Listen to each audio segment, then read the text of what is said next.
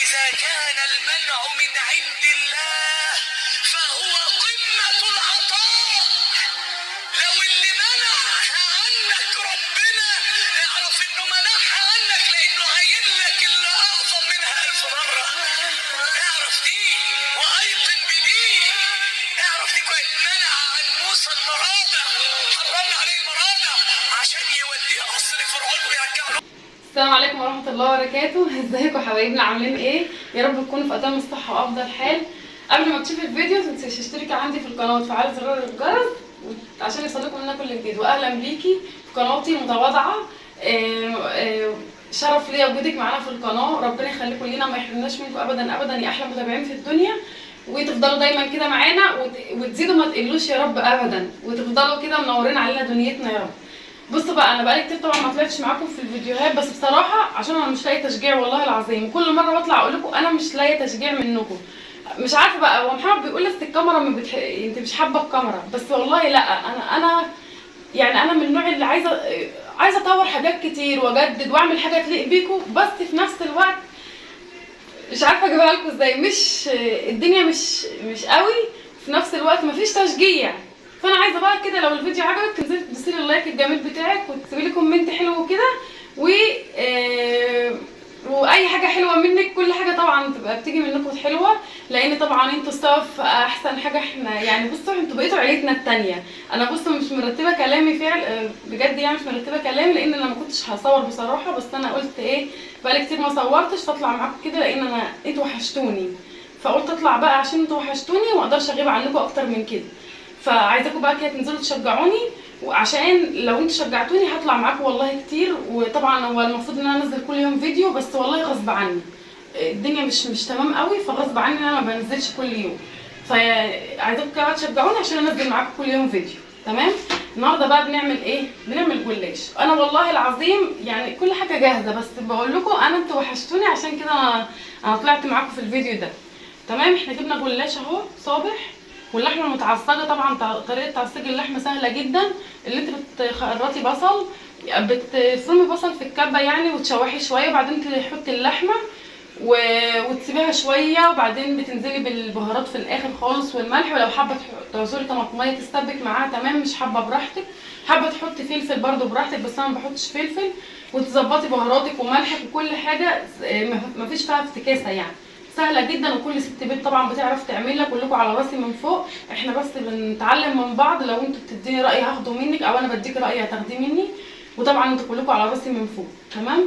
هنبدا بقى نعمل معاكم دي طبعا سمنه متسيحه، زبده جاموسي على زبده صفراء، تمام، وشويه زيت صغيرين. تمام.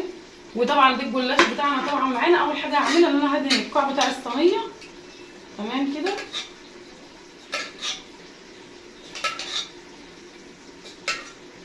انا ما عنديش الفرشه اللي بتدهن دي، هبقى اجيبها. عندي حاجات كتير ناقصاني هجيبها.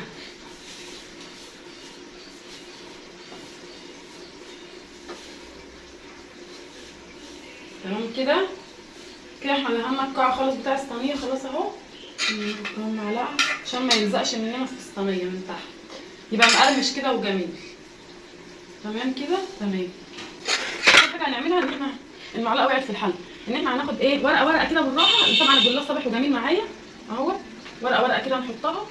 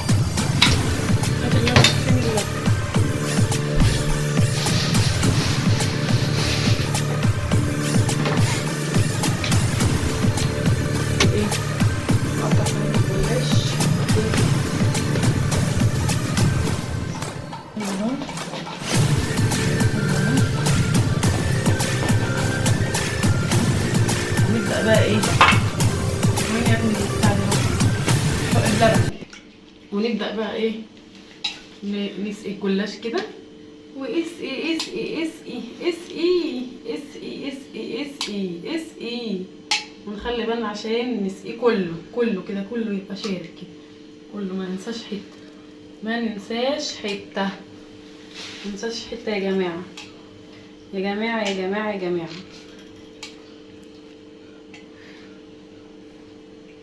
احلى صينيه جلاش لاحلى متابعين، والله لو انا اعرف فين طريقكم صدقوني هدوقكم الاكل اللي بعمله، بس للاسف ان انتوا من اماكن متفرقه.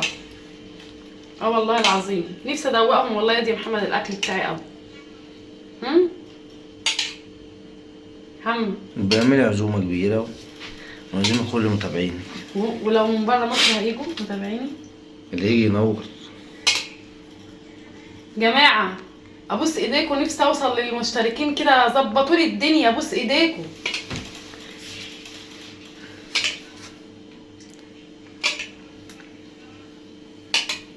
كده الجلاش كله شارب كله. ده يا جماعه بيضه وكوبايه حليب وفلفل اسمر وشويه ملح صغيرين، شويه بهارات مشكله، وقلبتهم في بعض، وكوبايه وربع لبن، وقلبتهم في بعض، وبس الجلاش زي ما انتم شايفين كده. تمام. في ناس بتدخل الجلاش شويه وبعدين تخرجوا تسقيه، ماشي، بس انا لا، انا بسقيه على طول اول باول كده. خلاص كده هندخلها بقى ايه، انت بقى ايه، بحيث كلها تبقى شاربه كلها، بس كده. وقال صينيه الجلاش ولا احسن من كده جلاش.